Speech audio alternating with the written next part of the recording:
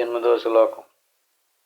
శరీరం యదవాప్నోతి యచ్చాపుత్కామతీశ్వరః గృహీత్వైతాని సంయాతి వాయుర్గంధ నివాసయాత్. కొంచెం వెనక్కి శ్లోకంలోకి దీని యొక్క అర్థం ఏమిటంటే, ఈ లోపల ఉన్నటువంటి వాడు ఎవడైతే ఉన్నాడో వాడు శరీరాన్ని ధరించాడు. శరీరం యదవాప్నోతి యచ్చాపత్కామతీశ్వర, శరీరాన్ని ధరించటము, శరీరాన్ని వదలడము. గృహీత్వైతాని సంయాతి వాయుర్గంధ నివాస. శరీరం వదలడము వాడికి తెలియటం లేదట, శరీరాన్ని ధరించడము తెలియటం లేదట. మరి శరీరాన్ని వదిలేసినటువంటి వాడు ఇక్కడ ఒక ఉపమానం చూపించారనమాట. ఎలాగా? వాయుర్గంధ నివాసయాత్ అంటే వాయువు పువ్వుల్లోని వాసనను తీసుకుని, పువ్వును వదిలేసి వాసన తీసుకుని ఎలా ప్రయాణం చేస్తుందో అట్టి మాదిరిగా ఈ జీవుడికి వెనకాల ఈశ్వరుడు ఉన్నాడు. ఈశ్వరుడు ఏం చేస్తున్నాడంటే, పువ్వు వేరు వాసన వేరు. పువ్వులో ఉండేటువంటి వాసనను తీసుకెళ్ళేటటువంటి వాడు వేరు. అట్టి మాదిరిగా శరీరం వేరు, శరీరంలో ఉన్నటువంటి జీవుడు వేరు. శరీరంలో ఉన్నటువంటి జీవుడిని తీసుకెళ్లేవాడు వేరు. శరీరంలో ఉన్నటువంటి వాడిని తీసుకెళ్లేవాడు ఈశ్వరుడు, వాయువు లాంటివాడు అనమాట.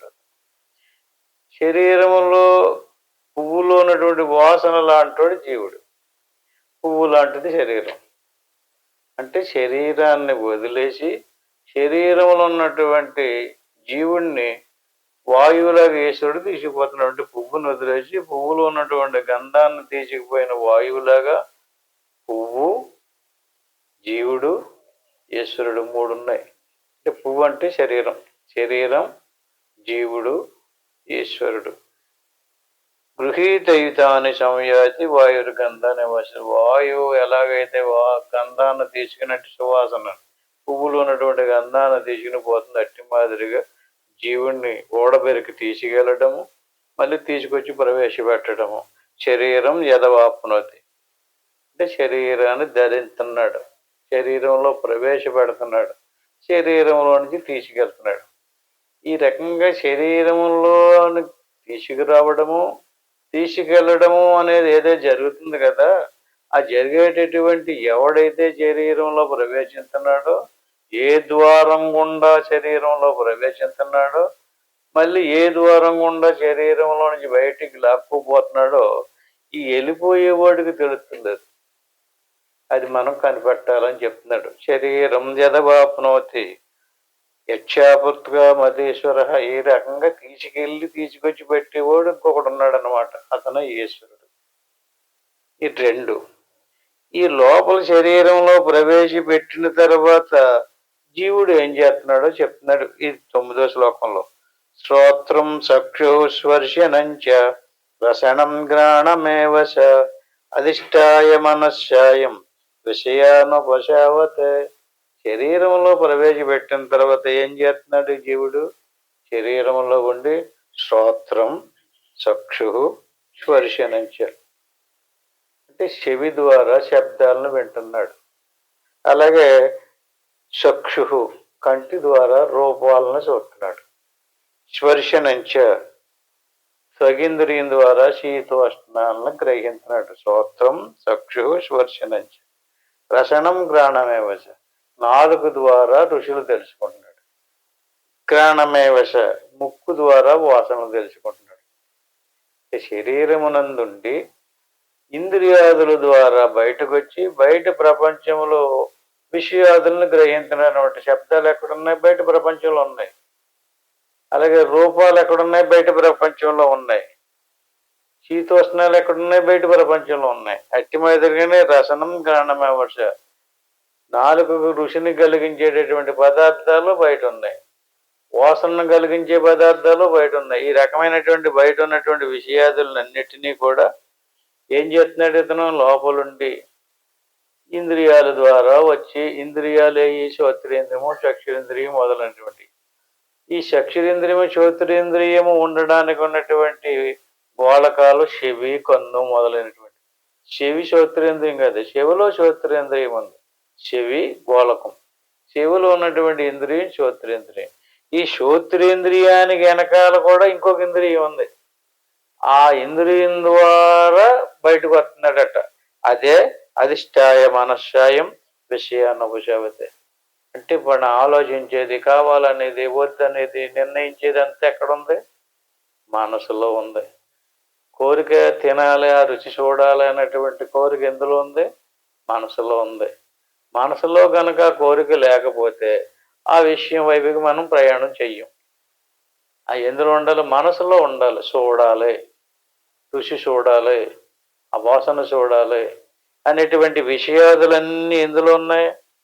మనసులో ఉన్నాయి. అందుచేత మనసును అధిష్టానము అన్నారు. అధిష్టానమైనటువంటి మనసులో ఈ కోరికలన్నీ ఎప్పటి నుంచో ఉన్నాయి. ఇంతకు ముందు జన్మల్లో కూడా అలాగే వచ్చి ఈ విషయాదులన్నీ చూసి అనుభవించి ఉన్నాడో అదంతా గుర్తుండిపోయింది. ఎందులో గుర్తుండిపోయింది? మనసులో ఉండిపోయింది. ఇప్పుడు జీవుడిని తీసుకొచ్చి శరీరంలో ప్రవేశించినప్పుడు అధిష్టానమైనటువంటి మనసుని కారణంగా తీసుకుని మనసు ద్వారా మనసును ఉపయోగించి మనసును ఉపయోగించేలాగా చెవి ద్వారా బయటకు వచ్చి శబ్దాన్ని, కంటి ద్వారా వచ్చే రూపాలని, అంటే చెవిలో ఉన్నటువంటి ఇంద్రియము, ఇంద్రియం వెనకాల మనసు, మనసు వెనకాల జీవుడు. ఇది ఒక వరుస. అంటే జీవుడు ఏ రకంగా ఇంద్రియాదుల ద్వారా విశేషోపాదులను అనుభవిస్తూ అలవాటు పడిపోన్నాడు అనమాట. ఈ రకంగా ఎప్పటి నుంచి జరుగుతుంది? అనాది.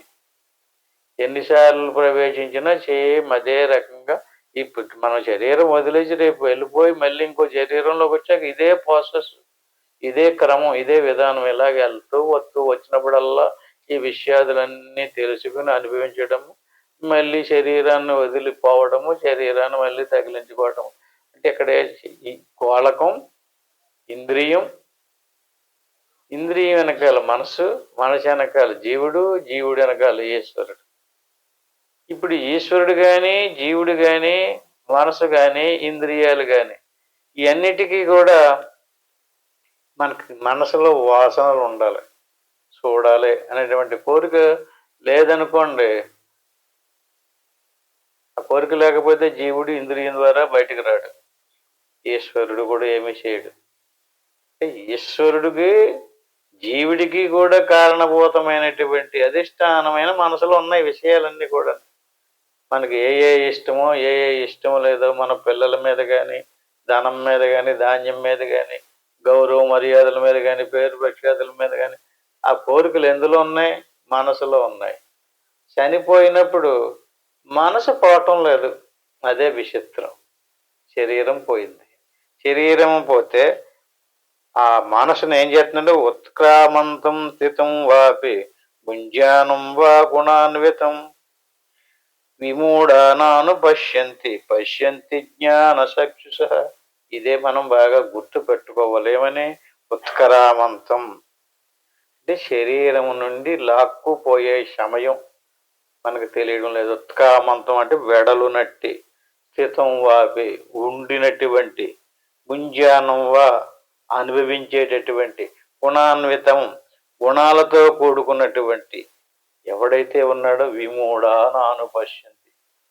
ఈ విషయాన్ని వదిలేసాడు అతను. ఎంతసేపు ఏది తెలుసుకుంటున్నాడో, ఏది అనిపించాడో, ఎన్ని విషయాలు ఎక్కువ సమకూర్చుకున్నాడో, ఎక్కువ ఎన్ని విషయాలను తెలుసుకున్నాడు. ఇదే విధంలో ఉత్కామంతం వెళ్ళేవాడిని. ఎవరిని మనం దేన్ని తెలుసుకుంటున్నాం? మనం శరీరాన్ని తెలుసుకుంటున్నాం. శరీరం అందులో ఇంద్రియాదుల ద్వారా విషయాదులను తెలుసుకుంటున్నాం. ఏ విషయం ఎంత సుఖంగా ఉందో దుఃఖంగా ఉందో తెలుసుకుంటున్నాం, కానీ ఎవరిని తెలుసుకోవట్లేదు. అలాగే శరీరం నుండి గుణాన్వితం గుణాలతో భుంజానంగా అనుభవించేటటువంటి వాడిని తెలుసుకోవట్లేదు మనం. అంటే ఎవరిని తెలుసుకోవట్లేదు మనం? మన గురించి మనమే తెలుసుకోవట్లేదు. ఇంకొకటి గురించి తెలుసుకోమంటే ఆవిడ ఎలా ఉంది, ఆయన ఎలా ఉన్నాడు, ఆయన ఎలా సంపాదించుకున్నాడు, ఈయన ఎలా తింటున్నాడు అని తెలుసుకుంటున్నాం. కానీ నిలబడి నుంచుని నీ గురించి ఆలోచించు, నిన్ను నువ్వు తెలుసుకోమంటున్నాడు. ఉత్కామంతం స్థితం వాపి. శరీరం నుండి తీసుకెళ్ళిపోయేటప్పుడు ఎవడు పోతున్నాడో, శరీరంలో ఉండి స్థితం వాపి, శరీరంలో ఉండి భుంజానవ్వ ఎవడు అనుభవిస్తున్నాడో. ఎవడు చూశాడండి? నేనండి. ఎవరు తిన్నారండి? నేనండి. ఎవరండి ఈ సాక్ష్యం చెప్పడానికి వచ్చినాడు? నేనండి. నేను నేను అంటున్నాం కదా, ఎవడతను? ఆడనే కనిపెట్టాలి. ముంజ్ఞానం వా గుణాన్వితం. వాడికి గుణాలు ఉన్నాయి. ఏంటో గుణాలు? రకరకాల గుణాలు ఉన్నాయి. ఆ గుణాలకు లోబడిపోయి, ఇంద్రియాలకు లోబడిపోయి, విషయాదులకు లోబడిపోయి, తనను తాను తెలుసుకోకుండా విషయాదులనే తెలుసుకుంటున్నాడు. విమూఢ నాను పశ్యంతి. అంచేత దీన్ని మూఢుడు పశ్యంతి చూడలేడు. ఎవరు చూడగలుగుతారు? మూర్ఖుడు కాదు, వివేకవంతుడు చూస్తాడు, జ్ఞాని చూస్తాడు. విమూఢ నాను పశ్యంతి అంటే చూడడం. ఎవడు చూడలేడు. ఎవరిని చూడాలి? ఏదేదో చూడాలనుకుంటున్నాడు, దేన్నో చూడాలనుకుంటున్నాడు. కానీ ఇక్కడ ఏమంటున్నాడు? ఎవడైతే శరీరంలో ఉండి ఏ విషయాదులనైతే అనుభవిస్తున్నాడో వాణ్ణి, శరీరం నుండి బయటికి వెళ్ళిపోయేవాడెవడో, శరీరంలో ప్రవేశించేవాడెవడో వాణ్ణి చూడటం లేదు. మరి ఎవరిని చూస్తున్నాం మనం? కొంచెం మనసు పెట్టి చూడండి. ఎవరిని చూస్తున్నాం? ఆ పక్కింటి వాళ్ళని, ఈ పక్కింటి వాళ్ళని, తెచ్చుకునే వాళ్ళని, తినేవాళ్ళని చూస్తున్నాం. కానీ ఈ వెళ్ళేవాడు ఎవడో, వచ్చేవాడు ఎవడో, ఈ అనిపించేవాడు ఎవడో, వీటిని చూస్తలేదు. వాడిని ఇక్కడ ఏమన్నారంటే మూర్ఖుడు అన్నారు. అంటే వీడికి చాలా తెలివితేటలు ఉంటాయి. ప్రపంచం అంతా తెలుస్తాడు.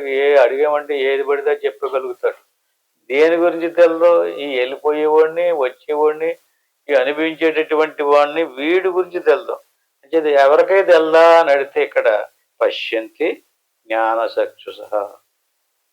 అందరికీ తెలదంటలేదు.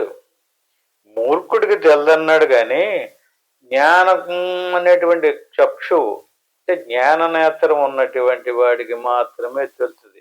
అంచేత అర్జున జ్ఞాన నేత్రం సంపాదించుకో. జ్ఞాన నేత్రం ఎలా వస్తుందండి?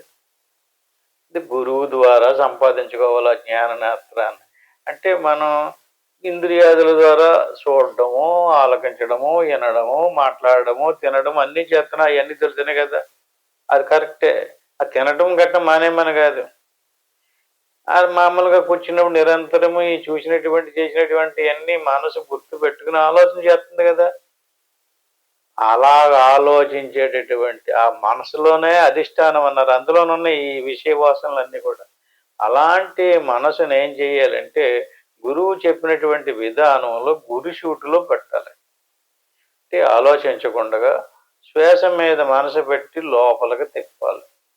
లోపలికి తిప్పినప్పుడు మనసులో ఏ దృశ్యాలు అయితే ఉన్నాయో అవన్నీ వస్తూ ఉంటాయి.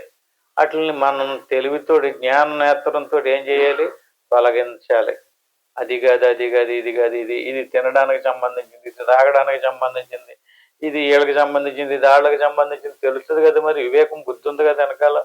ఆ బుద్ధి బలాన్ని ఉపయోగించి అవన్నిటిని తొలగించి గురిని వదలకుండా లోపల ఉన్నటువంటి నేను అనేటువంటి వాడి మీద గురి పెట్టాలి.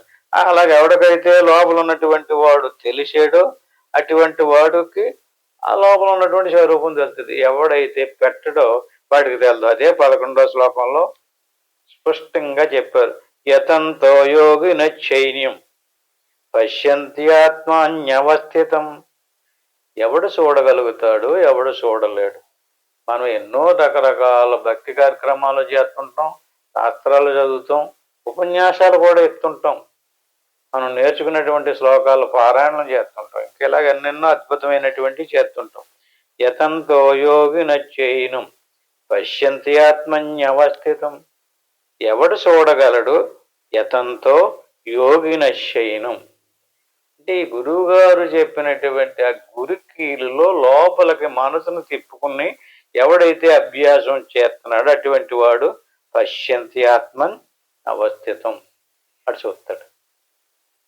ఎవరతను?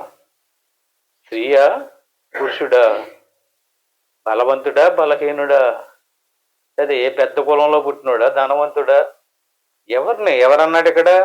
యతంతో యోగి నైనం. అంటే 10వ శ్లోకంలో చెప్పినటువంటిది ఏంటంటే ఎవడు ఎలాగా ఉత్కామంతో చిత్తం వాపే భుంజ్ఞానం వా గుణాన్వితం విమూఢ నాను పశ్యంతి జ్ఞానం. అంటే జ్ఞాన నేత్రం లేనటువంటి వాడు చూడలేడు. ఆ జ్ఞాన నేత్రం ఉన్నవాడు కూడా చూడడు. అంటే ఉపదేశం పొందినటువంటి వాడికి జ్ఞాన నేత్రం దొరికింది. జ్ఞాన నేత్రం దొరికినటువంటి వాడు చూసేస్తాడంటే అబ్బెబ్బే, మళ్ళీ దాన్ని కూడా ఈ 11వ శ్లోకంలో యతంతో యోగినశ్చయనం పశ్యంతి ఆత్మన్యవర్తితం.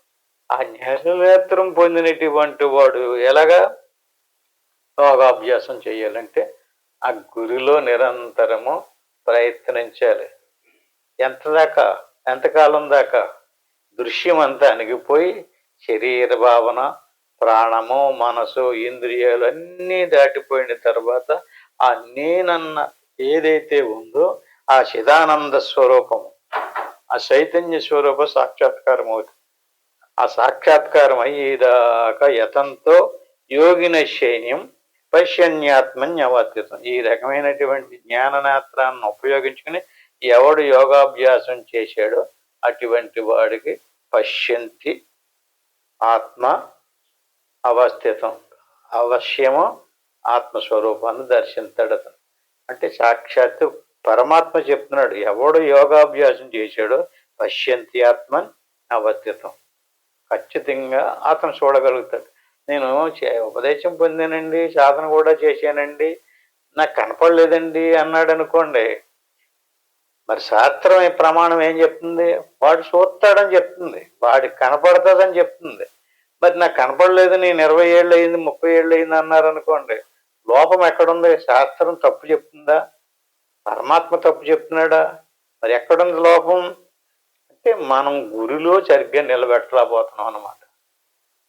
సరిగ్గా సాధన చేయలేకపోతున్నాం. సాధన చేయలేనటువంటి వాడు యతంతోప్య కృతాత్మానం నయనం పశ్యంతి చేత. ఈ 11వ శ్లోకం కంఠస్థం చేయండి, గుర్తులో పట్టుకోండి. అప్యకృతాత్మానం, అకృతాత్ముడు అన్నాడు ఈయన. కృతాత్ముడు, అకృతాత్ముడు. సాధనలో గురి పెట్టినటువంటి వాడు కృతాత్ముడు. సాధనలో మనసును కరెక్ట్గా గురిలో నిలబెట్టలేనటువంటి వాడు అకృతాత్ముడు. యతంతోప్యకృతాత్మానం నయనం పశ్యంతి చేతస. ఆడు ఆత్మ చూడలేడు. అంటే ఉపదేశం ఆడు కూడా ఉపదేశం పొందాడు, కానీ ఆడికి ఆత్మ కనిపించదు, తెలియబడదు. ఎందుకు? నేను అకృతాత్ముడు, కృతాత్ముడు కాదు అతను. ఎవడు చూస్తాడో యతంతో యోగిని చేయను పశ్యన్య ఆత్మన్యమచ్చదు. కరెక్ట్గా గురి పెట్టినటువంటి వాడికి మాత్రమే తన స్వరూపం సాక్షాత్కారం అవుతుంది. ఇక్కడికి ప్రతి వాడు చదువుకునో వినో వీడి తెలివితేటలను ఉపయోగించుంటాడు. ఇక్కడ ఏం చెప్తుంది? కరెక్ట్గా జ్ఞాననేత్రాన్ని ఉపయోగించి గురిలో నిలబెట్టాలి. అలా నిలబెట్టినటువంటి వాడు మాత్రమే చూడగలుగుతాడు అంటున్నాడు. అలాగే ఎవడైతే నిలబెట్టలేడో వాడు చూడలేడు అంటున్నాడు. యతంతో అప్యకృతాత్మానం, అకృతాత్ముడు నయనం పశ్యంతి చేత సహా. అతను చూడలేడు, అతనికి కనపడదు, అక్కడే ఉంది. అక్కడే ఉండినప్పటికి ఎందుకు చూడలేకపోతున్నాడు అంటే ఆ జ్ఞాననేత్రాన్ని సరిగ్గా ఓపెన్ చేయలేకపోతున్నాడు. జ్ఞాననేత్రం అంటే ఏం లేదు, ఎరుక కలిగి ఉండాలి. నిద్ర వచ్చేసింది అనుకోండి చూడలేడు. ఆలోచన వచ్చేసింది అనుకోండి, దేనికి సంబంధించిన ఆలోచన ఏదో వస్తుంది.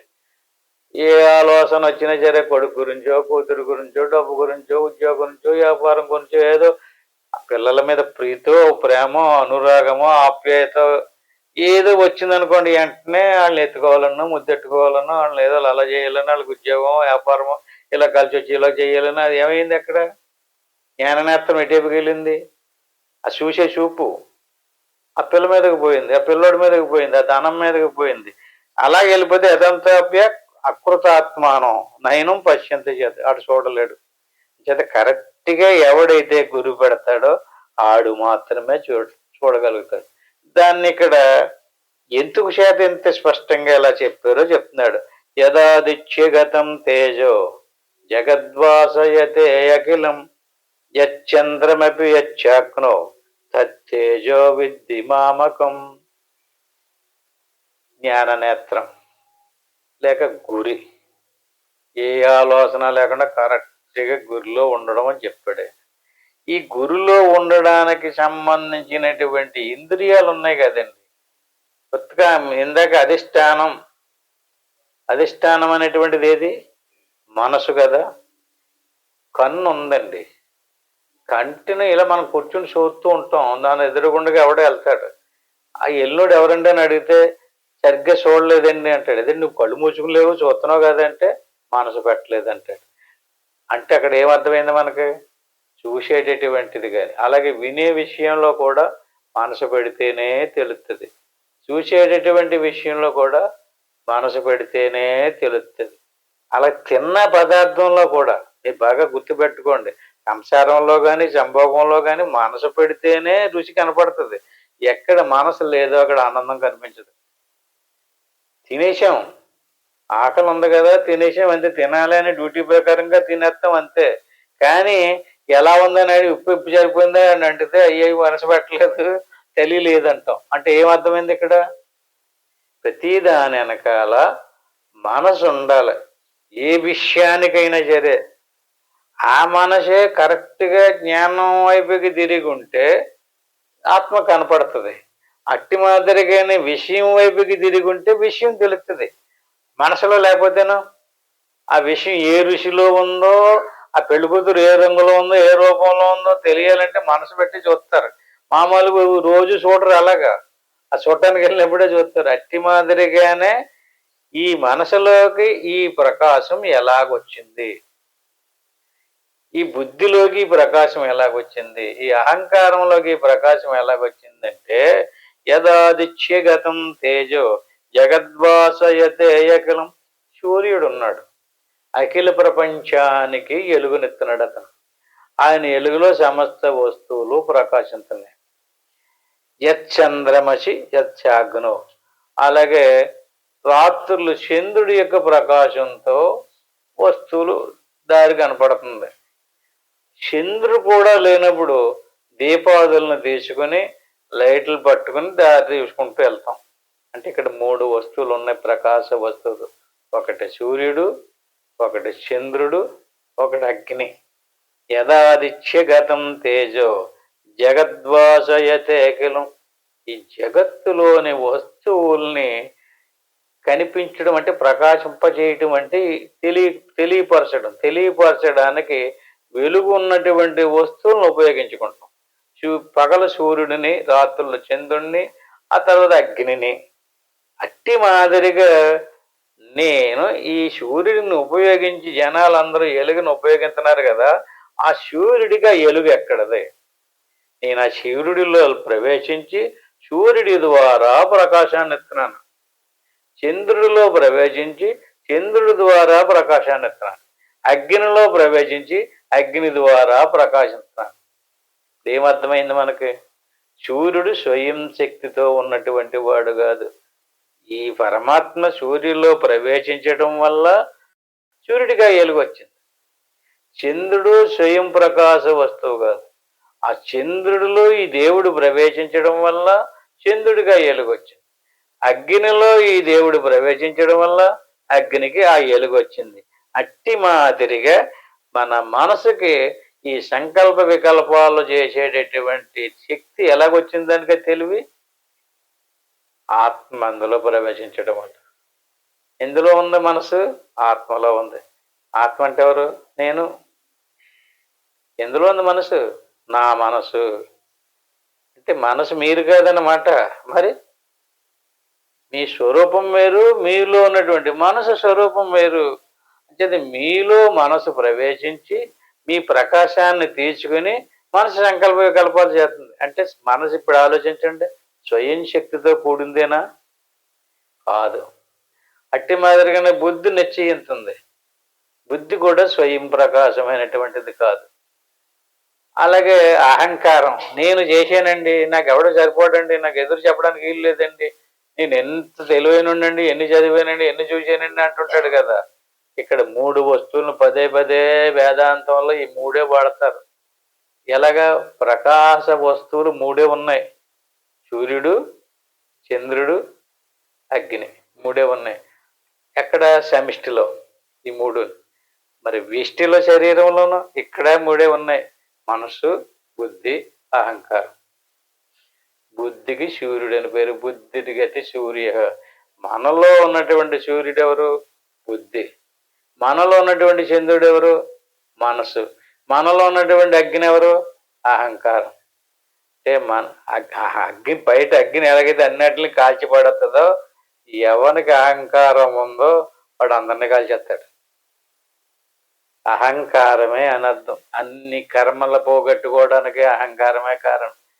ఎందుకంటే ఎక్కడికి వెళ్ళినా ఏది చేసినా ఎవడండి నేనండి అన్నాడు అనుకోండి, ఏమైంది అటు తగులుకుందంటే ఇంకా రేపు పొద్దున్న వెళ్ళిపోయేటప్పుడు కానీ వచ్చేటప్పుడు కానీ ఆ అహంకారుడే ప్రవేశిస్తున్నాడు లోపలికి, అగ్ని రూపంలో ప్రవేశిస్తున్నాడు. అంటే తేజస్సు ఉంది ఈ మనసుకి, బుద్ధికి, అహంకారానికి. వీళ్ళ ముగ్గురు కూడా ఈశ్వరుని యొక్క ప్రకాశంతో సమిష్టి ఈశ్వరుడు, చంద్రుడు, అగ్ని. అక్కడ పరమాత్మ అందులో ప్రవేశించి ప్రకాశాన్ని ఇస్తున్నాడు. విష్టిలో ప్రత్యేగాత్మ అంటే మన స్వస్వరూపం, అక్కడ పరమాత్మ స్వరూపం, ఇక్కడ ప్రత్యేగాత్మ స్వరూపం. ఇక్కడ ప్రత్యేగాత్మ స్వరూపం మనసుని, బుద్ధిని, అహంకారాన్నే ప్రకాశింపజేస్తున్నాడు. వీటికి మూడింటికి వెనకాల ఉన్నావు నువ్వు. అంచేత అలా కళ్ళు మోసుకుని నీ మనసును చూడు. మీ మనసును చూడండి, ఎలాంటి సంకల్పాలు చేస్తుందో, ఏ తీసుకొచ్చి పెడుతుందో గుర్తుపెట్టుకోండి.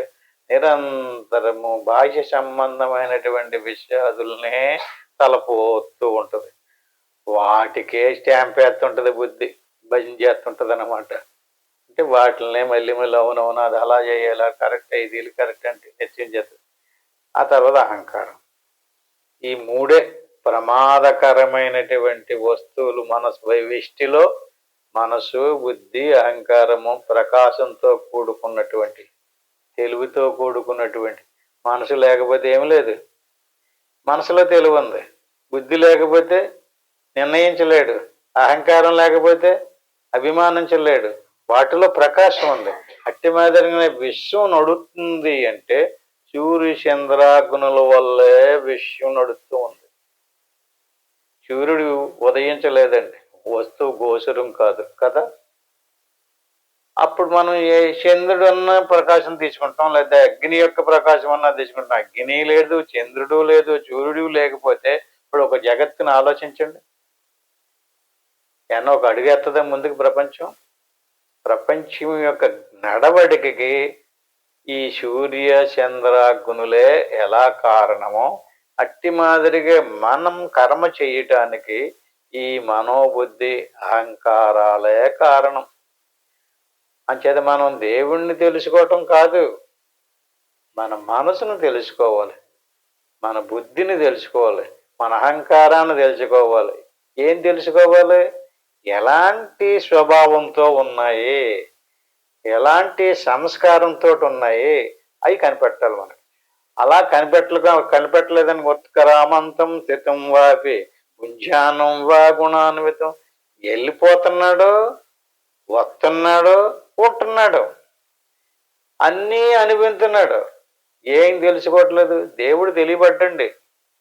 ఎందుకంటే దేవుడికి నామము లేదు, రూపము లేదు, అన్నిటికీ నీ మనసులోకి ఆ ప్రకాశం వచ్చిందంటే దేవుడు ఉండబట్టే. నీ బుద్ధికి ఆ ప్రకాశం ఉందంటే దేవుడు ఉండబట్టే. అంచేత బుద్ధిలో ఉన్నటువంటి ప్రకాశం దేవుడే, మనసులో ఉన్నటువంటి ప్రకాశం కూడా దేవుడే. కానీ మనసులో ఉన్నటువంటి ఆ ప్రకాశం తీసుకుని దేవుని యొక్క ప్రకాశాన్ని మనసు ఎలా అంటే ఆలోచన చేస్తుంది. అలా కనిపెట్టండి మనసుని. నా మనసు మంచిది కదండి, నాతో మాట్లాడకుండా అన్నాడు అనుకోండి, అంటే ఏంటి అంటే మనసును కనిపెట్టారనుకోండి మనం మార్చుకోవడానికి అవకాశం ఉంటుంది. మనసును కనిపెట్టకపోతే మన ఏవ మనుష్యాణం కారణం బంధమోక్షయో. శాస్త్రం ఉపనిషత్తు చెప్తుంది ఏమని? బంధానికి కానీ మోక్షానికి కానీ ఎవరి కారణం? జీవుడు కాదు, దేవుడు కూడా కారణం కాదు. మరి ఎవరి కారణం? మనసే కారణం. మన ఏవ మనుష్యాణం. పశుపక్షాదులకి మనసు బంధించడం లేదు. మనుష్యాణం, మనిషి యొక్క మనసే బంధిస్తుంది. మనిషి యొక్క మనసే పాము వేసుకుంటుంది. మొత్తం అంతా పశువు ఉందనుకోండి, అది పుట్టింది కదా, పుట్టినటువంటి పశువు ఆహారం కావాలి. ఎలాగోలాగా ఆహారం పోరాడో దెబ్బలాడేసేసి ఆహారం సంపాదించుకుంటుంది. 3 విషయాదులు. అలాగే వాటికి అవసరం తోడొచ్చినప్పుడు దెబ్బలాడన్నా సరే వాటి అవసరాలు తీర్చేసుకుంటాయి. ఆహారము, నిద్ర, మైదనం. కడుపు నిండా తిన్నదనుకోండి చెట్టు కింద పడుకుని నెవరేసుకుంటుంది. మనిషి అలా కాదు, మనిషి స్వార్థంతో కూడుకుంది. మనుష్యానాం సహస్రేష్. మనిషి యొక్క మనసే బంధ కారణమైంది.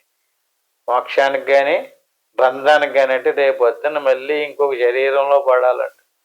పోయిందేముందులు ఇద్దరు ఇంకో శరీరం వస్తే ఏం పోయింది అన్నారనుకోండి, ఇక్కడే పెద్ద ఆలోచన చెయ్యాలండి.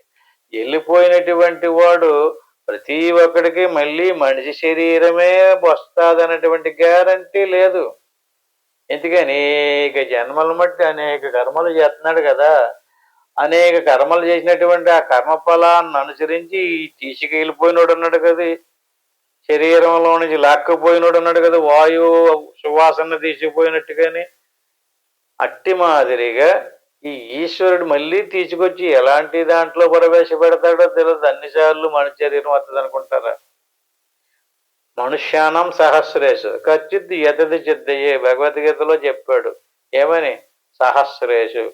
సహస్రం అంటే అనేక వేల జన్మలు. మనుష్యానాం సహస్రేషు కచ్చిత్ యతది సిద్ధయే అంటే ఏ జన్మనే పొందకుండగా మోక్షం పొందాలి అంటే మోక్షాన్ని మోక్షం అనరు, సిద్ధి అంటారు.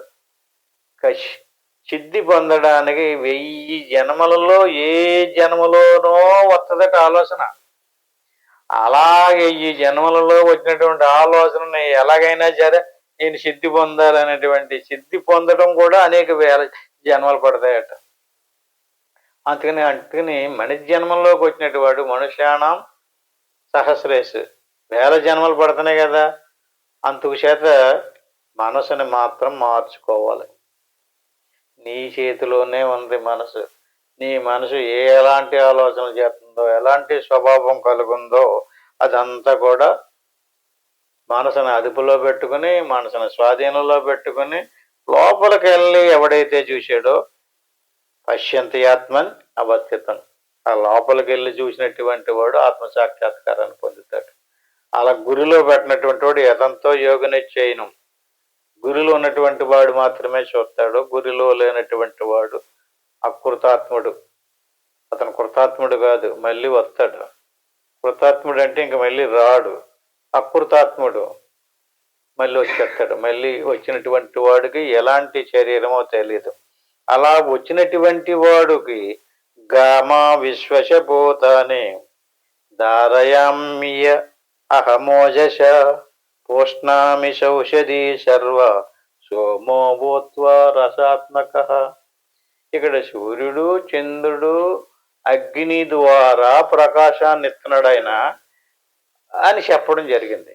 ఇక్కడ గామా విశ్వశభూతాని మరి మళ్ళీ తీసుకొచ్చి ఒక శరీరంలోనికి ప్రవేశపెట్టాడు అనుకోండి, ఆ శరీరానికి ఏం కావాలండి? ఏం కావాలి? తిండి కావాలి. ఎక్కడి నుంచి వస్తుంది? భూమి నుంచి రావాలి. మన శరీరం తయారైందండి, ఇదంతా కూడా మట్టే. మనం మాంసం అంటున్నాం, మాంసం కాదు ఇది, మట్టే. మట్టి నుంచే వచ్చింది. ఈ పిండం ఎక్కడి నుంచి వచ్చింది? అండం ఎక్కడి నుంచి వచ్చింది? స్త్రీ పురుషులు పూజించినటువంటి ఆహారం నుంచే కదా. ఆహారం ఎక్కడి నుంచి వచ్చింది? ధాన్యాదుల నుంచి వచ్చింది. ధాన్యాదులు ఎక్కడి నుంచి వచ్చినాయి? అన్నం ఎక్కడి నుంచి వచ్చింది? భూమి నుంచి కదా. గామా విశ్వశభూతాని అంటే భూతాని అంటే వెళ్ళిపోయినటువంటి లాక్కుపోయాడు కదా జీవుల్ని. అలా తీసిపోయినటువంటి జీవులకి భూతాలు అని పేరు. భూతాలు అంటే పిశాచాలు కాదు, జీవుడు అన్నమాట. ఈ జీవుడు గామా విశ్వశభూతాని. వాడికి మళ్ళీ ఉపాధి కావాలి. ఉపాధి వదిలేసిపోయాడు. శరీరాన్ని వదిలించేసి తీసిపోయారు కదండి వాసనని. శరీరాన్ని ఏం చేశారు? దాయలేదు, మళ్ళీ వత్తడి పోని అని చెప్పేసేసి ఏ అగ్నిలోనో కాల్చేసి బూడి చేసేసారు. ఇప్పుడు మరి ఆ వెళ్ళిపోయినోడికి శరీరం ఎలాగొస్తుంది? శరీరం కావాలి కదా. ఎలా వస్తుంది శరీరం? అప్పుడు ఈయన ఏం చేస్తున్నాడంటే భూమిలో ప్రవేశించి ఈ భూమిలో ఉన్నటువంటి ఓషధుల్ని ఉద్దుపరుస్తున్నాడట. గామా విశ్వశభూతాని ధారయాం యహమోజశ పోష్ణామి సౌషధి సర్వ సోమోభూత్వ రసాత్మక. అంటే ధాన్యపు ఉలవలు, కందులు, పెసలు, మినువులు ఇవన్నీ ఎక్కడి నుంచి వచ్చినాయి? భూమి నుంచి వచ్చినాయి. అంటే పంట అంటున్నాం మనం, ఆహారము. అది స్త్రీ పురుషులు భుజించారు. స్త్రీ పురుషులు భుజింతే ఆ పండినటువంటి పంటనే సోమోభూత్వ రసాత్మక. అందులో బీజం కలిగేటట్టుగా వృద్ధిపరిచినటువంటి వాడు సోముడు. ఈ రకంగా భూమి నుంచి వచ్చినటువంటి ఓషధుల్ని వృద్ధిపరిచి వాటిని జీవరాశి భూతాన్ని ధారయామ్యహమోజస అంటే ఆ పదార్థాన్ని అనుభవించి శరీరాన్ని పుష్టివంతం చేసుకున్నారు. ఆ స్త్రీ పురుషులు శరీరం వృద్ధి చెందినటువంటి వాళ్ళ శరీరంలో నుంచి శుక్ర శోణితాలు ఏర్పడి వాటిని సముద్రంలోనే చూడండి. అమావాస్యకి పౌర్ణానికి సముద్రం ఎలా పొంగుతుంది అంటే ఎందుకు పొంగుతుంది? పౌర్ణం నాడు అంటే చంద్రుడు పుష్కలంగా వచ్చాడు.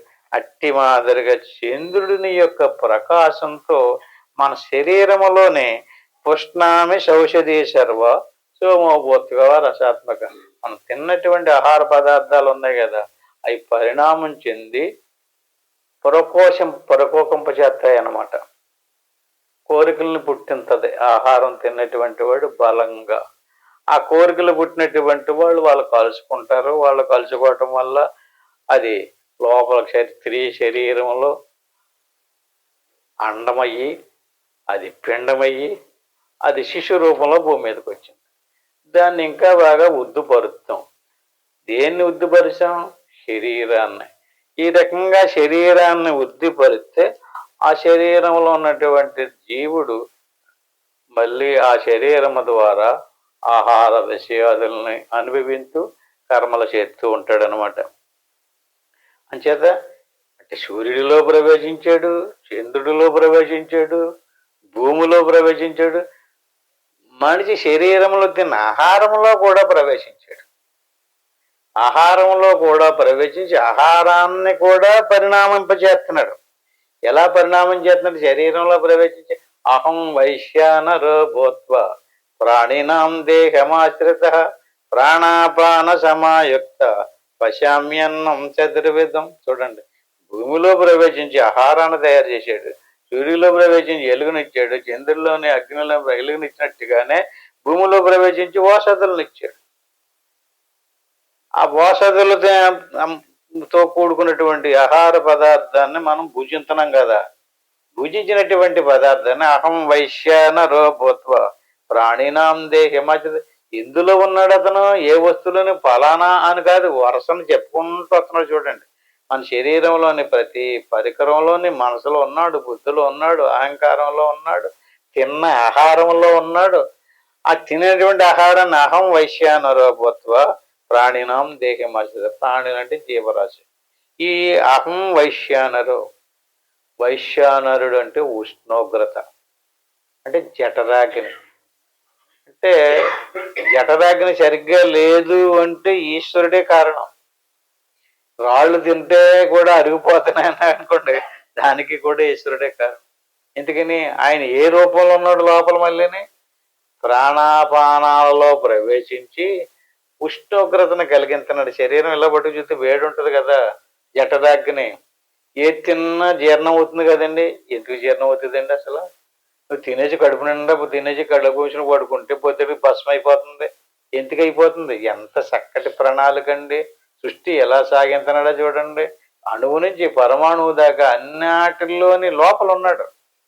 అన్ని వస్తువుల్ని పరిణామం చెందింపజేసుకుంటూ పరివర్తన చెందించుకుంటూ వెళ్తున్నాడు. ఈ రకంగా వైశ్యానరుడు అంటే వైశ్యానరాగ్ని అంటారు. మన శరీరంలో ఉన్నటువంటి అగ్నికి, బయట అగ్ని కాదు, లోపల ఉన్నది అగ్ని.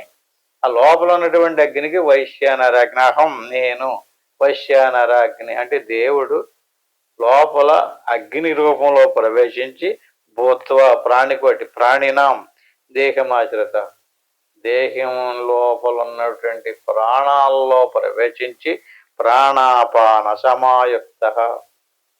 లోపల గాలి వెళ్తుంది, దాన్ని ప్రాణం అంటారు. అది మళ్ళీ బయటకు వస్తుంది, దానికి అపానం అంటారు. ఈ ప్రాణము అపానము లోపలికి బయటికి చూడండి. పూర్వం నిప్పుని అగ్ని లేదప్పుడు యజ్ఞం చేయాలనుకోండి, ఒక మందనం అంటారు, ఒక కింద చెక్క పెట్టి పైన ఇంకొక కొయ్యి లాంటిది పెట్టి తాడు కట్టి ఇలా చూడ చల్లకామం. ఎప్పుడైనా మీరు చేశారు మజ్జిగ? ఇప్పుడు మజ్జిగలు చేయటం లేవు, ఇంకా అవన్నీ పోయినాయి, కొనుక్కోవటం మార్కెట్కి వెళ్ళి. చక్కగా తాడు కట్టి చల్లకామా మూలని రాటపాటి చల్ల మజ్జిగ చేసేవారు కదా, వెనక్కి ముందుకి వెనక్కి ముందుకి ఆడింతారు కదా. అలా ఆడించినప్పుడు ఏమవుతుంది, మజ్జిగలో ఉన్నటువంటి వెన్న బయటకు వస్తుంది. అంతకు ముందు అది కనిపించదు, అంత పాలు రూపంలోనే ఉంటుంది. తోడు పెడితే పెరుగు రూపంలోనే ఉంటుంది, ఎన్న కనిపించదు. దాన్ని మజ్జిగలో ఈ కవ్వం వేసి తిప్పితే బయటకు వస్తుంది. బయటకు వచ్చిన తర్వాత ఇంక మళ్ళీ మజ్జిగలో కలిపేద్దారంటే కలుగుతావు. అట్టి మాదిరిగా అగ్నిని వెలికి తీయాలి. ఎలాగా, ఎక్కడుంది అగ్ని? ప్రతి వస్తువులోనే ఉంది. కట్టిలో అగ్ని ఉంది. కట్టిలో ఉన్నటువంటి అగ్నిని బయటికి తీయాలి అంటే దానికి తాడు కట్టి సేమ్ మజ్జిగలో ఎన్నం తిప్పినట్టుగా తిప్పేవారు. రాపాడించగా అందులోని ఆ పొడుము రాలి దానికి దీనికి రాపాడడం వల్ల నెరుసులు పడి అగ్ని పుట్టేది. అట్టి మాదిరిగా ఇక్కడ రాపాడించున్నాడట, లోపలికి బయటికి ప్రాణాపాన సమాయుక్త. రాపాడించడం వల్ల ఏముంది, అగ్ని పుడుతుంది. ప్రాణము అపానం. చూడండి, మనం కళ్ళు మూసి నిద్రపోతే నిద్రపోకుండా ప్రాణాపానాలను రాపాడించేటటువంటి డ్యూటీ చేస్తున్నాడట అతను, ప్రాణంలో ప్రవేశించి. ఈ రాపాడించడం వల్ల ఏం పడుతుంది, జఠరాగ్ని పడుతుంది. దానికి సమానము అని పేరు. ప్రాణము అపానము సమానము. ఈ జఠరాగ్నికి సమానం అన్నాం కదా, దానివల్ల మన ఆహారం అంతా జీర్ణమైంది. జీర్ణమైనటువంటి అన్న రసాన్ని అంతటిని కూడా 72,000 నాడుల ద్వారా పంచిపెట్టేది వ్యానవాయువు. నిద్రపోయినప్పుడు ఇన్ని ఇంద్రియాలు ఓ పక్కన కూర్చోబెట్టి ప్రాణాపానాలు నడిపించేటటువంటి ఉదాన వాయువు. ఈ రకంగా ప్రాణాపాన యాన ఉదాన సమాన 5 పంచప్రాణాలు అంటారు. ఈ పంచప్రాణాలు నిరంతరము పనిచేస్తున్నాయి శరీరంలో. ఒక్క క్షణం కూడా పుట్టిన దగ్గర నుంచి మరణించేదాకా ఎప్పుడు ఆగడానికి వెళ్ళలేదు. ఆగితే శరీరం ఉండదు. శిశువు దగ్గర నుంచి పెద్ద మనిషి అయ్యేదాకా, పెద్దోడు అయ్యేదాకా, పెళ్ళి పేరెంటాలు అన్నీ అయిపోయేదాకా ఆగడానికి వీల్లేదు. మనసు ఆగొచ్చు, ఇంద్రియాలన్నీ ఆపు చేయొచ్చు, కాళ్ళు చేతులు కదపకుండా ఇలా కూర్చొని ఎంతసేపు అయినా ఉండొచ్చు. ప్రాణం ఆపడం కుదరదు. ప్రాణం పనిచేస్తూనే ఉండాలి. ప్రాణం ఆగిందా జఠరాగ్ని ఆగిపోద్ది. అంటే ఈ రకంగా అహం వైశ్యానరోభూత్వ ప్రాణినాం దేహం ఆశ్రిత. ఎక్కడున్నాడు ఈయన? ఏ రూపంలో ఉన్నాడు? మనసులో ఉన్నాడు, బుద్ధిలో ఉన్నాడు, అహంకారంలో ఉన్నాడు, ప్రాణంలో కూడా ఉన్నాడు, శరీరంలో కూడా ఉన్నాడు. ఇన్నిటిల్లోని కూడా ప్రవేశించి దేహమును ఆశ్రయించి ప్రాణాపాన సమాయుక్త పశామ్యన్నం చతుర్విధం. పశామ్యము అంటే జీర్ణం చేస్తాడట, జీర్ణం చేయించినాడట. అలా జీర్ణం అయినటువంటి పదార్థం శరీరానికి అంతటికే చెప్పలా చేయటం వల్ల శరీరం వృద్ధి చెందుతుంది, శరీరానికి బలం వస్తుంది, ఇంద్రియాలకి తెలివి వస్తుంది. ఇంద్రియాలకి బలం కావాలి, శరీరానికి బలం కావాలి. ఏ పని చెయ్యాలన్నా ఇంద్రియాల్లోనూ కానీ శరీరంలో కానీ బలం లేదనుకోండి, నాకు నీరసంగా ఉంది, నేను ఇంకే పని చేయలేనని చెప్పి మంచం మీద పడుకొని ఉంటాడు. అంటే ఆరోగ్యంగా బలంగా పని చేయటానికి కూడా చేసేవాడు ఈయనే. ఇన్ని ఉపకారాలు చేస్తుంటే దేవుడు ఎక్కడున్నాడు అంటాడు. ఇప్పుడు ఆలోచించండి, దేవుడు ఎక్కడున్నాడు, దేవుడు ఎలాగున్నాడు? ఊహతోటి దేవుడు ఎక్కడో ఉన్నాడని ఏ గుళ్ళోనో ఒక విగ్రహం రూపంలోనో ఆరాధిస్తున్నాం. శాస్త్రం స్పష్టంగా ఎలా చూపెడుతుంది, అన్ని వస్తువులలోనే ఉన్నాడు ఆయన. సూర్యుడిలోని చంద్రుడిలోని ఎలాగైతే ఉన్నాడో అట్టి మాదిరిగా భూమిలో ఉన్నాడు, మనిషి శరీరంలో ఉన్నాడు, మనసులో ఉన్నాడు, ప్రాణంలో ఉన్నాడు, అన్నిటిలోనే ఉన్నాడు. అన్నిటిలోని ఉన్నటువంటి వాడు వస్తు రూపంలో ఉంటే ఎలా దూరతాడండి? హుషారు ఆలోచించండి. అంటే దేవుడు వస్తు రూపంలో ఉండడు, మరి ఎలా ఉంటాడు ఆయన? చైతన్య రూపంతో ఉంటాడు, నిర్వికారమైనటువంటి స్వరూపం. అటువంటి నిర్వికారమైనటువంటి సర్వవ్యాపకమైనటువంటి చైతన్యానికి దేవుడు అని పేరు. దాన్నే వేదం బ్రహ్మము అంటుంది. అటువంటి బ్రహ్మము ఈశ్వరుడిలో కూడా ఉంది. సమిష్టిలో ఉంది కదా, ఇప్పుడు చెప్పుకున్నాం కదా. సమిష్టిలో సూర్యుడు చంద్రుడు అగ్నిలో ఎలా ఉందో అట్టి మాదిరిగా వెష్టిలో ఉన్నాడు. సమిష్టిలో ఉన్నటువంటి బ్రహ్మానికి పరమాత్మ అని పేరు, వెష్టిలో ఉన్నటువంటి ఆ బ్రహ్మానికి ప్రత్యేగాత్మ అని పేరు. మనం ప్రత్యేగాత్మ స్వరూపులం, ఈశ్వరుడు పరమాత్మ స్వరూపం. పరమాత్మలో ఉన్నటువంటి సూర్యచంద్రాదులు భూములు మొదలైనటువంటి వస్తువులు ప్రాణికోటి కాదు. అలాగనే వెష్టిలో ఉన్నటువంటి మన లోపల ఉన్నటువంటి మనసు బుద్ధి ఇంద్రియాలు కాదు, శరీరము కాదు, ఇంద్రియాలు కాదు, ఎన్నాటిల లోపల ఉన్నటువంటి నిర్వికారమైనటువంటి చైతన్యమే ఆత్మ. అదే నేను. బాగా అర్థమైంది ఇది. దేవుడు ఎలా ఉంటాడో నిర్వికారంగా అన్ని వస్తువులలోనే ప్రవేశించాడు, వెష్టిలోనే సమిష్టిలోనే. అంటే ఆయన ప్రవేశించడం వల్లే ఇవన్నీ పనిచేస్తున్నాయి. అంచేత మన మనసులో దేవుడు ఉన్నాడు, మన శరీరంలో దేవుడు ఉన్నాడు కనుక ఆ మనసులో దేవుడు ఉండబట్టి మనసు ఆలోచిస్తుంది కదా. ఇప్పుడు ఆ ఎలాంటి ఆలోచనలు చెయ్యాలి అన్నది నువ్వు తెలుసుకోవాలి. మనసులోకి కరెంట్ వచ్చేస్తే లైట్ ఎలాగే వెలుగుతుందో అట్టి మాదిరిగా మనసులో దేవుడు ఉన్నాడు కనుక ఆలోచన చేస్తుంటుంది. ఆ ఆలోచన ఏమైంది? మన ఏవ మనుష్యానం కారణం బంధమోక్షయో. మంచి ఆలోచించదు, చెడ్డ ఆలోచించదు. ఇప్పుడు నువ్వేం చేయాలి? దాన్ని ఎటేపుకి తిప్పాలి? మంచి వైపుకి తిప్పాలి, దేవుడి వైపుకి తిప్పాలి, సాధన వైపుకి తిప్పాలి. ఏకాగ్రత చేసి లోపలికి మనసును దాటేలాగా ప్రయత్నం చేయాలి. ఎప్పుడైతే మనసును దాటాడో దేవుడైపోతాడు. ఇంక దానికి వేరే ఉపాయం ఏమీ లేదు. ఈ రకంగా నిరంతరము సర్వశేషాహం హృది సన్నివిష్టో మత్త స్మృతి జ్ఞానమపోహనంచ వేదైచ సర్వైరహమేవ వేద్యో వేదాంత కృద్వేద విదేవ సాహం. ఈ శ్లోకం వచ్చే వారం చెప్పుకుందాం. ఎందుకంటే ఆ వరుస క్రమంలో చెప్పితేనే ఆ శ్లోకాల సారం తెలుస్తుంది. ఇప్పుడు మళ్ళీ 15వ శ్లోకం చెప్పాలంటే ఈ శ్లోకాలన్నీ గుర్తు చేసుకుంటూ తీసుకురావాలి.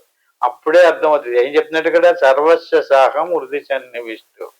నీ హృదయంలో ఉండి మత్త స్మృతి జ్ఞానం అపోహనంచి. నీ బద్ధకానికి నేనే కారణం, నీ ఆలోచనలకి నేనే కారణం అంటే ఏమర్థమవుతుంది? ఆయనే చేయించున్నాడు అన్నీని అంటే అదే అదే తెలియాలి, ఆ మీనింగే తెలియాలి. దీన్ని వచ్చేవారని చెప్పుకున్నాం. ఇక్కడ తెలుగు హరి ఓం తత్సత్. ఆత్మబంధువులారా, మరి చక్కని విషయాలు తెలుసుకున్నాం. ఇది వేదాంత సంబంధమైనటువంటి జ్ఞానం. ఎవరో పెద్ద పెద్దోళ్ళకి తెలుస్తుంది, మనకు తెలదని దీన్ని పక్కన పెట్టేసారు. కానీ మనం చెప్పేసుకుంటున్నాం, మరి ఎంతవరకు పొందుతామో తెలదు. కానీ చేత ఇప్పుడు ఏదైతే చెప్పుకున్నామో దాన్ని మనం లోపలికి తిప్పి మన స్వరూపం అన్నట్లోనే వ్యాపించింది. ఎందుకంటే నిద్రలో ఉన్నాం, స్వప్నంలో ఉన్నాం, మెలుగులో ఉన్నాం, ఏది చూసినప్పుడు ఉన్నాం, విన్నప్పుడు తిన్నప్పుడు అన్ని దిక్కుల్ని నేనన్నది లేదు. అదే మన స్వరూపం, అదే ఆత్మ. అంటే దాన్ని గుర్తించాలంటే ఇలా ప్రశాంతంగా కూర్చొని గురురు బ్రహ్మ గురురు విష్ణు గురుదేవ మహేశ్వర గురువు సాక్షాత్తు పరబ్రహ్మ తస్మై శ్రీ గురువే. దీన్ని గురు మంత్రం అంటారు. దీన్ని ఒకసారి అనుకుని ఓం నమ శివాయ, దీన్ని పంచాక్షరి మంత్రం అంటారు. దీన్ని 3 సార్లు అనుకునే పైన ఏమనుకోకుండా వస్తూ పోతూ ఉండేటటువంటి శ్వాసను గమనించు సోహం. నేను మనసును కాదు, బుద్ధిని కాదు, ఇంద్రియాలు కాదు అనుకుంటూ ఇవన్నీ దాటినటువంటి ఆగినటువంటి స్థితి దర్శించాలి. దాన్ని సమాధి అంటారు. అంటే అది అంతవరకు ఇప్పుడు వెళ్ళమని కాదు, ఇంటికి వెళ్ళిన తర్వాత ఎవరి వరకు అంత అవకాశం ఉంటే అంత ప్రయత్నించండి. ఇప్పుడు మాతో నేను ఓంకారం చెప్పేదాకా చక్కగా ఏకాగ్రతగా ప్రయత్నించండి. ఓం తత్సత్.